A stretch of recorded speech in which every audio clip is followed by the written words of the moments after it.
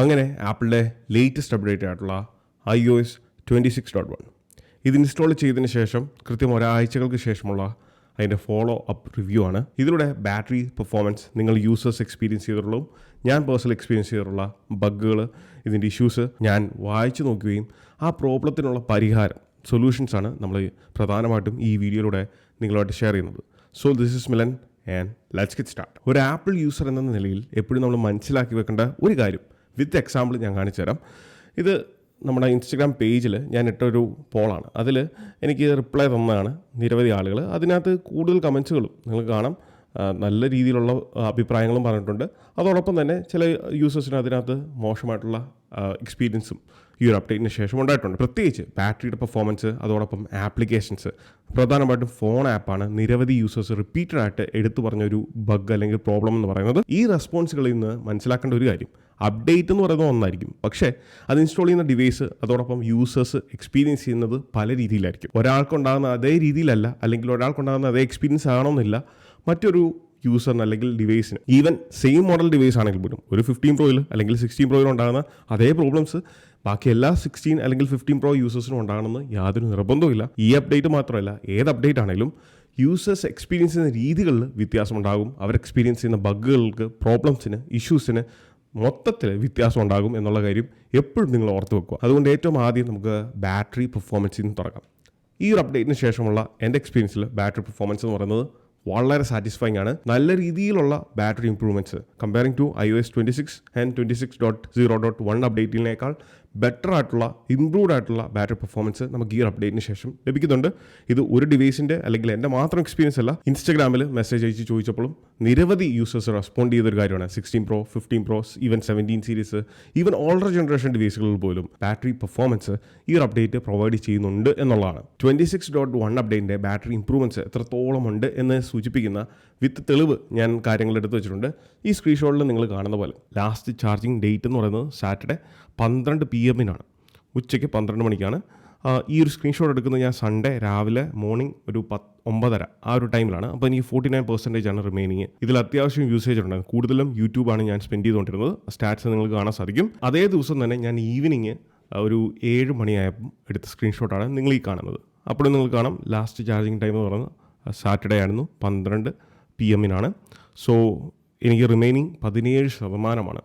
അന്നത്തെ എൻ്റെ യൂസേജും നിങ്ങൾക്ക് കാണാം. കൂടുതലും ഞാൻ യൂട്യൂബാണ് യൂസ് ചെയ്തേക്കുന്നത്. സോ ഈ സ്റ്റാറ്റ് സൂചിപ്പിക്കുന്ന പോലെ 24 മണിക്കൂറിന് മുകളിൽ 24 hours പ്ലസ് എനിക്ക് ബാറ്ററി ബാക്കപ്പ് ഈ ഒരു 26.1 അപ്ഡേറ്റിൽ 17 Pro ഡിവൈസിൽ എനിക്ക് ലഭിച്ചിട്ടുണ്ട്. So that's how good it's battery. അതുപോലെ തന്നെ മറ്റൊരു ഏരിയയാണ് ബാറ്ററി ഹെൽത്ത്. എല്ലാ തവണയും അപ്ഡേറ്റ് ചെയ്തതിന് ശേഷം ഡിവൈസിൻ്റെ ബാറ്ററി ഹെൽത്ത് കുറയുക എന്ന് പറയുന്നത് ഇതൊരു കമ്പൽസറി ആയിട്ടോ അല്ലെങ്കിൽ മാൻഡേറ്ററി ആയിട്ടുള്ള ചെയ്യുന്ന പ്രോസസ്സോ കാര്യങ്ങളൊന്നുമല്ല. ഇത് അപ്ഡേറ്റ് ചെയ്ത് കഴിയുമ്പോഴാണ് നമുക്ക് ബാക്ക്ഗ്രൗണ്ടിൽ കാൽക്കുലേഷൻസ്, ബാറ്ററി കാലിബ്രേഷൻ അല്ലെങ്കിൽ ഇൻഡെക്സിങ് ഇതെല്ലാം നടന്ന് കഴിയുമ്പം ബാറ്ററി ഹെൽത്ത്, കറക്റ്റായിട്ടുള്ള ബാറ്ററി ഹെൽത്ത് എന്താണോ അത് കാണിക്കാൻ വേണ്ടിയാണ് ബാറ്ററി ഹെൽത്ത് ഡ്രോപ്പ് ആവുന്നത്. നിരവധി വീഡിയോസിൽ ഞാൻ പറഞ്ഞിട്ടുള്ള കാര്യമാണ്, ഡിവൈസ് യൂസ് ചെയ്യാനാണ് വാങ്ങിയിരിക്കുന്നതെങ്കിൽ ബാറ്ററി ഹെൽത്ത് ഉറപ്പായിട്ടും കുറയും.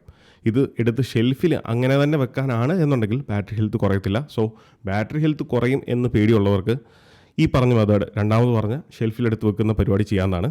അതല്ല ഫോൺ യൂസ് ചെയ്യാനാണ് നിങ്ങൾ വാങ്ങുന്നതെങ്കിൽ ബാറ്ററി ഹെൽത്തിനെ മറക്കുക, എന്നിട്ട് യൂസ് ചെയ്യുക. ഇനി ഈ പറഞ്ഞ രീതിയിലുള്ള ബാറ്ററി പെർഫോമൻസ് അല്ലെങ്കിൽ ബാറ്ററി ബാക്കപ്പ് നിങ്ങൾക്ക് ലഭിക്കുന്നില്ല എന്നുണ്ടെങ്കിൽ 2 കാര്യങ്ങൾ കൊണ്ടാകും. ഒന്ന്, എന്തെങ്കിലും ഗ്ലിച്ച് ഉണ്ടാകാം. അതിന് നിങ്ങൾക്ക് ഡിവൈസ് റീസെറ്റ് ചെയ്യാവുന്നതാണ്, അല്ലെങ്കിൽ ഡിവൈസ് റീസ്റ്റാർട്ട് ചെയ്യാവുന്നതാണ്. അല്ലാന്നുണ്ടെങ്കിൽ ഇൻഡെക്സിങ് കംപ്ലീറ്റ് ആയിട്ടില്ലായിരിക്കും.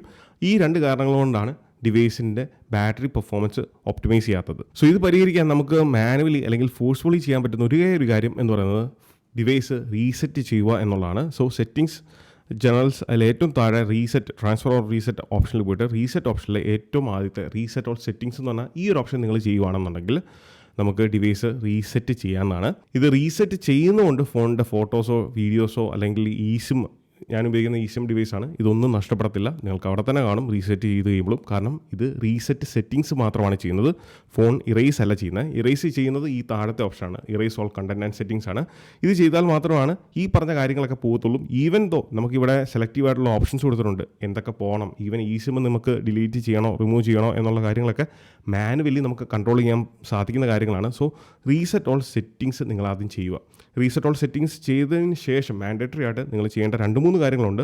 ഒന്ന്, പഴയ സെറ്റിങ്സ് എല്ലാം അതുപോലെ തന്നെ നിങ്ങൾ കീപ്പ് ചെയ്യുക. പ്രത്യേകിച്ച് പ്രൈവസി സെറ്റിങ്സിനകത്ത് പ്രൈവസി ആൻഡ് സെക്യൂരിറ്റി ഓപ്ഷനിലെ ലൊക്കേഷൻ സർവീസസിന് ഓപ്ഷനിൽ പോയിട്ട് ഞാൻ ഓൾറെഡി അതിൻ്റെ ഡീറ്റെയിൽ വീഡിയോ ചെയ്തിട്ടുണ്ട്. നിങ്ങൾക്ക് വേണമെന്നുണ്ടെങ്കിൽ ഇവിടുന്ന് കാണാം. അല്ലാന്നുണ്ടെങ്കിൽ ഈ വീഡിയോ പോസ്റ്റ് ചെയ്തതിന് ശേഷം ഈ പറഞ്ഞ സെറ്റിങ്സ് എല്ലാം ഡിസേബിൾ ചെയ്ത് വെക്കുക. അതുപോലെ തന്നെ നമ്മുടെ വൈഫൈ പാസ്വേഡ്, ബ്ലൂടൂത്തിൻ്റെ ഓപ്ഷൻസ് കണക്ട് ചെയ്തേക്കുന്ന ഡിവൈസുകൾ ഇതെല്ലാം റീസെറ്റ് ആവുന്നതായിരിക്കും. എലോങ് വിത്ത് ദാറ്റ് നമ്മളുടെ ഫേസ് ഐ ഡിയും റീസെറ്റ് ആവുന്നതായിരിക്കും. അൺഫോർച്ചുനേറ്റ്ലി നമ്മുടെ കൺട്രോൾ സെൻറ്ററിൽ നമ്മൾ സെറ്റ് ചെയ്തേക്കുന്ന ഈ കാര്യങ്ങളും റീസെറ്റ് ചെയ്യുമ്പോൾ മാറുന്നതായിരിക്കും. ഇങ്ങനെ കുറച്ച് കാര്യങ്ങൾ അതിനകത്തുണ്ട്. എന്നാൽ റീസെറ്റ് ചെയ്ത് കഴിഞ്ഞാൽ വിത്തിൻ ഒരു 3 to 4 days ആ ടൈമെങ്കിലും എടുക്കും ഡിവൈസിൻ്റെ ബാറ്ററി ഒപ്റ്റിമൈസ് ആകാനും അതോടൊപ്പം ഈ പറഞ്ഞ ബാറ്ററി ബാക്കപ്പ് റീഗെയിൻ ചെയ്യാനും. 2 ഫസ്റ്റ് പാർട്ടി തേർഡ് പാർട്ടി ആപ്ലിക്കേഷൻസിന് ഉണ്ടായിരിക്കുന്ന ഗ്ലിച്ചുകൾ അതോടൊപ്പം ബഗ്ഗുകളൊക്കെയാണ്. അതിൽ ഏറ്റവും കൂടുതൽ കംപ്ലൈൻറ്റ് വന്നേക്കുന്നതാണ് ഫോൺ ആപ്പ്. ഫോൺ ആപ്പിൻ്റെ കോൾ ഹിസ്റ്ററി, റീസെൻ്റ് ആപ്പിൽ കോൾ ഹിസ്റ്ററീസ് ഒന്നും തന്നെ കാണിക്കുന്നില്ല ചില യൂസേഴ്സിന് ഡയൽ പാഡുകൾ പ്രോപ്പറായിട്ട് ടാപ്പിംഗ് ചെയ്യാൻ പറ്റുന്നില്ല, സെർച്ച് ചെയ്യാൻ സാധിക്കുന്നില്ല. അങ്ങനെ നിരവധി പ്രോബ്ലംസ്, ഇഷ്യൂസുകളാണ് യൂസേഴ്സിന് കോൾ ആപ്പുമായിട്ട് അല്ലെങ്കിൽ ഫോൺ ആപ്പുമായിട്ട് ബന്ധപ്പെട്ടുള്ളത്. സോ ഇത് പരിഹരിക്കാൻ എനിക്ക് പേഴ്സണലി യാതൊരു പ്രോബ്ലവും ഈ ഒരു അപ്ഡേറ്റിന് ശേഷവും ഈ ഒരു ഫോൺ ആപ്പിൽ ഉണ്ടായിട്ടില്ല. എല്ലാ കോളുകളും അല്ലെങ്കിൽ എല്ലാ ഹിസ്റ്ററീസും കൃത്യമായിട്ട് എനിക്ക് സിങ്ക്രണൈസ് ആവുന്നുണ്ട്. എല്ലാ ഡേറ്റാസും കൃത്യമായിട്ട് തന്നെ വരുന്നുണ്ട്, സെർച്ച് ചെയ്യാനും സാധിക്കുന്നുണ്ട്. ഒരു പ്രോബ്ലംസും ഇല്ല. സോ നിങ്ങൾ ചെയ്യേണ്ട ഒരു കാര്യം ഡിവൈസ് ഒന്ന് റീസ്റ്റാർട്ട് ചെയ്യുക. ഏത് ബഗ്ഗുകൾക്കും ഇഷ്യൂസിനുള്ളൊരു നല്ല മരുന്നാണ് ഡിവൈസ് റീസ്റ്റാർട്ട് ചെയ്യുക എന്നുള്ളത്. ഡിവൈസ് അതുകൊണ്ട് റീസ്റ്റാർട്ട് ചെയ്ത് നോക്കുക. ഇനിയിപ്പോൾ റീസ്റ്റാർട്ട് ചെയ്യാൻ അറിയത്തില്ലാത്തവർക്ക് ഏറ്റവും സിമ്പിളായിട്ട് ഞാൻ പറഞ്ഞുതരാം. ഇത്രേ ഉള്ളൂ. സിറിനെ അങ്ങ് ഇൻവോക്ക് ചെയ്യുക. അത് ഇവിടെ പ്രസ് ആൻഡ് ഹോൾഡ് ചെയ്ത് കഴിഞ്ഞാൽ സിറി വരും. Restart my device. അപ്പോൾ ഒരു കൺഫർമേഷൻ ചോദിക്കും. റീസ്റ്റാർട്ട് എന്ന് പറയുക. റീസ്റ്റാർട്ട്. Device restart. ഞാൻ ക്യാൻസൽ ചെയ്യാൻ പോകുന്നതിന് മുന്നേ തന്നെ ഡിവൈസ് അങ്ങനത്തെ റീസ്റ്റാർട്ടായി. സോ അത്ര എളുപ്പം നമുക്ക് ഡിവൈസ് ഓട്ടോമാറ്റിക്കലി റീബൂട്ടായി വരും. ഞാൻ എവിടെയും പ്രസ് ചെയ്തിട്ടില്ല. ഡിവൈസ് ഓട്ടോമാറ്റിക്കലി തന്നെ ടേൺ ഓഫ് ആയിട്ട് റീസ്റ്റാർട്ടായി വരും.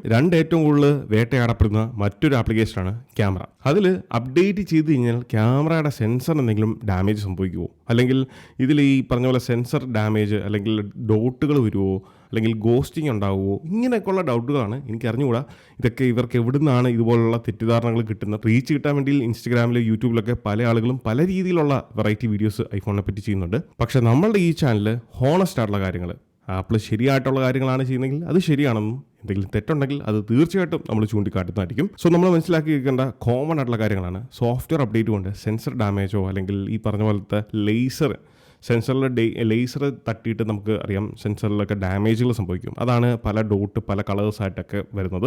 സോ ഏത് ഫോട്ടോ എടുത്താലും നമുക്കത് അവിടെ കാണും. കാരണം അതൊരു സെൻസർ ഡാമേജ് ആണ്. സോഫ്റ്റ്വെയർ അപ്ഡേറ്റ് കൊണ്ടുണ്ടാകുന്ന അല്ലെങ്കിൽ സോഫ്റ്റ്വെയർ അപ്ഡേറ്റ് ചെയ്യുന്നതുകൊണ്ട് സെൻസേഴ്സിന് ഡാമേജ് ഉണ്ടാകുന്നില്ല. പക്ഷേ നമുക്ക് പ്രോസസ്സിങ്ങിൽ ചിലപ്പോൾ എന്തെങ്കിലും ഇഷ്യൂസ് സംഭവിച്ചേക്കാം. ഡിവൈസ് ഫോട്ടോ എടുത്ത് കഴിയുമ്പോൾ ഉണ്ടാകുന്ന പ്രോസസ്സിങ്ങിൽ ക്ലാരിറ്റി കുറവോ അല്ലെങ്കിൽ കൂടുതൽ നോയ്സ് ഒക്കെ കയറി വന്നേക്കാം. സോ ഇങ്ങനെയുള്ള കാര്യങ്ങളൊക്കെ നമുക്ക് ഒന്ന് ഈ പറഞ്ഞ പോലെ ഡിവൈസ് റീസ്റ്റാർട്ട് ചെയ്തുകൊണ്ട് നമുക്ക് പരിഹരിക്കാൻ സാധിക്കും. പ്രത്യേകിച്ച് ഐഫോൺ 17 സീരീസിൻ്റെ ക്യാമറ അടിപൊളിയാണ്. 3 ആപ്പ് ക്രാഷിംഗ് ആണ്. പ്രധാനമായിട്ടും തേർഡ് പാർട്ടി ആപ്ലിക്കേഷൻ ഓപ്പൺ ആക്കുന്നതും കാണാം, ഇതുപോലെ എക്സിറ്റ് ആകുന്നതും കാണാം. അതാണ് ഈ ഒരു പ്രോബ്ലം. ആപ്പ് ക്രാഷിംഗ് സംഭവിക്കുന്നതിന് പ്രധാന റീസൺ എന്ന് പറയുന്നത് ഡിവൈസിൻ്റെ സോഫ്റ്റ്വെയർ അപ്ഡേറ്റ് ചെയ്തു, പക്ഷേ നമ്മൾ യൂസ് ചെയ്യുന്ന ആപ്ലിക്കേഷൻസ് പ്രോപ്പറായിട്ട് അപ് ടു ഡേറ്റ് ആക്കിയില്ല എന്നുണ്ടെങ്കിൽ ആ ഒരു കോമ്പാക്റ്റബിലിറ്റി ഇഷ്യൂ ഉണ്ടാവുകയും ഇതുപോലെ ആപ്ലിക്കേഷൻസ് ക്രാഷ് ആകുകയും ചെയ്യും. സോ ഡെഫിനറ്റ്ലി നമ്മൾ ആപ്പ് സ്റ്റോറിൽ ഓപ്പൺ ചെയ്തിട്ട് നമ്മളുടെ പ്രൊഫൈൽ ടാബിൽ ടാപ്പ് ചെയ്ത് അവിടെ നമ്മൾ യൂസ് ചെയ്യുന്ന ആപ്ലിക്കേഷൻസ് അപ് ടു ഡേറ്റ് ആക്കിയിട്ടില്ല എന്നുണ്ടെങ്കിൽ ഇവിടെ നിങ്ങൾക്ക് കാണാം 11ഓളം ആപ്ലിക്കേഷൻസ് ഞാൻ അപ്ഡേറ്റ് ചെയ്യാനുണ്ട്. സ്റ്റെബിലിറ്റി ഇംപ്രൂവ്മെൻറ്റ്സ്, ബഗ് ഫിക്സുകളൊക്കെ തന്നെ പല ആപ്ലിക്കേഷൻസും ഡെവലപ്പേഴ്സ് കൊണ്ടുവന്നിട്ടുണ്ട്. സോ നമ്മൾ യൂസേഴ്സിൻ്റെ ഭാഗത്ത് നിന്ന് ചെയ്യേണ്ട ഒരു കാര്യം പ്രോപ്പറായിട്ട് നമ്മൾ യൂസ് ചെയ്യുന്ന ആപ്ലിക്കേഷൻസ് അപ് ടു ഡേറ്റ് ആക്കി വെക്കുക എന്നുള്ളതാണ്. അതിൻ്റെ ഉത്തമ ഉദാഹരണമാണ് വാട്സാപ്പിൽ iOS 26ൻ്റെ കീബോർഡ് എന്ന് പറയുന്നത് നമുക്ക് ഈ കീബോർഡാണ്. ഇതാണ് iOS 26ൻ്റെ കീബോർഡ്. ഈ കീബോർഡല്ല നിങ്ങൾക്ക് വാട്സാപ്പിൽ കിട്ടുന്നത്. അത് ഈ കോമ്പാക്റ്റബിലിറ്റി ഇഷ്യൂ കൊണ്ടാണ്. കാരണം വാട്സാപ്പ് മെറ്റ ഡെവലപ്പേഴ്സ് iOS 26ൻ്റെ ലിക്വിഡ് ഗ്ലാസ് എന്ന് പറഞ്ഞ ആ ഒരു ഇൻ്റർഫേസിലേക്ക് അല്ലെങ്കിൽ UIയിലേക്ക് വാട്സാപ്പ് ഇതുവരെ അപ്ഗ്രേഡ് ചെയ്തിട്ടില്ല. അതുകൊണ്ട് തന്നെയാണ് വാട്സാപ്പിൽ നമുക്ക് പഴയ iOS 18ൻ്റെ കീബോർഡ് ഇപ്പോഴും ലഭിക്കുന്നത്. അതുപോലെ തന്നെയാണ് ഗെയിമിങ്ങിൻ്റെ കാര്യത്തിലേക്ക് വരുമ്പം FPS ഡ്രോപ്പിൻ്റെ കാര്യം നിരവധി യൂസേഴ്സ് കമൻസിലൂടെ മെസ്സേജസിലൂടെയൊക്കെ അറിയിച്ചൊരു കാര്യമാണ്. ഗെയിം ഒപ്റ്റിമൈസേഷൻ നമുക്കറിയാം iOS 18ലും 26ലും നമുക്ക് ഗെയിം മോഡ് എന്ന് പറയുന്ന ഒരു ഡെഡിക്കേറ്റഡ് മോഡ് തന്നെ ഉണ്ട്. സോ നമ്മളൊരു ഗെയിം ഓപ്പൺ ചെയ്ത് കഴിഞ്ഞാൽ അത് ഓട്ടോമാറ്റിക്കലി ഗെയിം മോഡിലേക്ക് സ്വിച്ച് ആവുന്നതാണ്. ഇനി പെർഫോമൻസിലേക്ക് വരുമ്പോൾ നിരവധി യൂസേഴ്സ് എന്നെപ്പോലെ തന്നെ ഫേസ് ചെയ്യുന്നൊരു കാര്യമാണ്. ഈ സ്വൈപ്പ് ചെയ്യുന്ന സമയത്ത് നമുക്ക് ഒരു ചെറിയ ലാഗ് കാണാൻ സാധിക്കും. ആക്ച്വലി ഇതിങ്ങനെയല്ല സംഭവിക്കേണ്ട. അതായത് ഹോം സ്ക്രീനിൽ നിന്ന് നമ്മൾ വിജിറ്റുകൾ പ്ലേസ് ചെയ്തേക്കുന്ന ആ സെഷനിലേക്ക് സ്വൈപ്പ് ചെയ്തതിന് ശേഷം വീണ്ടും ഹോം സ്ക്രീനിലേക്ക് സ്വൈപ്പ് ചെയ്യുമ്പം അത് home screen to home screen applications വെച്ചിരിക്കുന്നിടത്ത് എനിക്ക് ആ ഒരു പ്രോബ്ലം ഇല്ല. പക്ഷേ ഹോം സ്ക്രീനിൽ നിന്ന് നമുക്ക് ഈ ഒരു വിജിറ്റിലേക്ക് പോയിട്ട് വിജിറ്റിൽ നിന്ന് ഹോം സ്ക്രീനിലേക്ക് സ്വിച്ച് ചെയ്യുമ്പോൾ നിങ്ങൾക്ക് ആ ഒരു ഫ്രെയിം ഡ്രോപ്പ് കാണാൻ സാധിക്കും. അതൊരു ബഗ് തന്നെയാണ്. അതോടൊപ്പം തന്നെ ക്യാമറ ലാഗ് ആകുന്നത് നമുക്ക് സെറ്റിങ്സിലേക്ക് അല്ലെങ്കിൽ ഓപ്ഷൻസിലേക്ക് സ്വിച്ച് ചെയ്യുമ്പം ലാഗ് നിങ്ങൾക്ക് ഫീൽ ചെയ്യുന്നുണ്ട് എന്നുണ്ടെങ്കിൽ ഞാൻ മുന്നേ പറഞ്ഞ പോലെ ഡിവൈസ് ഒന്ന് റീസ്റ്റാർട്ട് ചെയ്ത് നോക്കുക. പിന്നെ അപ്ഡേറ്റ് ചെയ്താൽ ഡിസ്പ്ലേ ഡാമേജ് ഉണ്ടാവുമോ? നമുക്കറിയാം 13-14 സീരീസിലാണ് ഇത് ഏറ്റവും കൂടുതൽ കാണുന്നത്. ഞാൻ നേരത്തെ പറഞ്ഞിട്ടുള്ളതാണ്, സോഫ്റ്റ്വെയർ അപ്ഡേറ്റ് ഇഷ്യൂ അല്ല ഈ ഒരു ഡാമേജ് ഉണ്ടാകുന്നത് അല്ലെങ്കിൽ ഡിസ്പ്ലേ കംപ്ലൈൻറ്റ് ആകുന്നത്. അത് ഇൻറ്റേർണൽ ഹാർഡ്വെയറിൻ്റെ പ്രോബ്ലമാണ്. അതുകൊണ്ട് ചില യൂസേഴ്സിന് അപ്ഡേറ്റ് ചെയ്തതിന് ശേഷം ദിവസങ്ങൾക്ക് ശേഷമാണ് ഈ ഒരു ഡാമേജ് ഉണ്ടാകുന്നത്. ചിലവർക്ക് അപ്ഡേറ്റ് ചെയ്ത ആ സ്പോട്ടിൽ തന്നെ ഈ ഒരു പണി ഉണ്ടാകാറുണ്ട്. അപ്പോൾ അപ്ഡേറ്റ് ചെയ്യുന്ന സമയത്ത് ഈ ഒരു 13-14 സീരീസ് ഉപയോഗിക്കുന്നവർ എല്ലാവർക്കും സാധിക്കുമോ ഇല്ലയോ എന്ന് എനിക്ക് അറിഞ്ഞുകൂടാ. പക്ഷേ സാധിക്കുന്നവർ അപ്ഡേറ്റ് ചെയ്യുന്ന ടൈമിൽ വീഡിയോ ഒന്ന് റെക്കോർഡ് ചെയ്യുക, അതിന് മുന്നേ ഉള്ളതും അതിന് ശേഷമുള്ളതും. കാരണം ഇങ്ങനെ എന്തെങ്കിലും ഗ്രീൻ സ്ക്രീനോ അല്ലെങ്കിൽ ഡിസ്പ്ലേ ഡാമേജോ ഉണ്ടായിട്ടുണ്ടെങ്കിൽ നമുക്ക് ഡയറക്റ്റ് ആപ്പിളിനെ ബന്ധപ്പെടാം. ആപ്പിൾ ഫ്രീ റീപ്ലേസ്മെൻറ്റ് അപ്ഡേറ്റിന് ശേഷം ഉണ്ടാകുന്ന ഇതുപോലത്തെ ഡാമേജുകൾക്ക് ഫ്രീ ഡിസ്പ്ലേ റീപ്ലേസ്മെൻറ്റ് പ്രൊവൈഡ് ചെയ്യുന്നുണ്ട്. ഇത് ഒരു പ്രത്യേക ബാച്ചിൽ മാനുഫാക്ചർ ചെയ്തിട്ടുള്ള ഒരു ബാച്ച് ഓഫ് യൂണിറ്റുകൾക്ക് സംഭവിച്ചിട്ടുള്ള ഹാർഡ്വെയർ ഇഷ്യൂ ആണ് എന്നുള്ളതാണ് സത്യം. ആപ്പിൾ ഇതുവരെ അത് അംഗീകരിച്ചിട്ടില്ലെങ്കിലും അതാണ് അതിൻ്റെ യഥാർത്ഥ സത്യം. അതുകൊണ്ടാണ് ഇത് ഗ്ലോബലിയും മൊത്തത്തിൽ iPhone 13-14 സീരീസ് ഉള്ള യൂസ് ചെയ്യുന്ന എല്ലാ യൂസേഴ്സിനും അഫക്റ്റ് ചെയ്യാതെ നിൽക്കുന്നതും. സോ നിങ്ങൾ ഇതുവരെ iOS 18 നിന്ന് അപ്ഗ്രേഡ് ചെയ്തിട്ടില്ല എന്നുണ്ടെങ്കിൽ ഡെഫിനറ്റ്ലി ധൈര്യമായിട്ട് അപ്ഗ്രേഡ് ചെയ്യാൻ പറ്റുന്ന കറക്റ്റ് ടൈമാണ് iOS 26.1. അപ്പോൾ ഈ ഒരു വീഡിയോ ഇഷ്ടമായെന്ന് വിചാരിക്കുന്നു. ഇതുപോലത്തെ ഇൻഫോർമേറ്റീവ് ആയിട്ടുള്ള ആപ്പിൾ റിലേറ്റഡ് കണ്ടൻസിന് നമ്മുടെ ഇൻസ്റ്റാഗ്രാം പേജും യൂട്യൂബ് ചാനലും മറക്കാതെ ഇന്ന് തന്നെ ഫോളോ ചെയ്യുക. So this is Milan. Catch you guys next one. Until then, peace.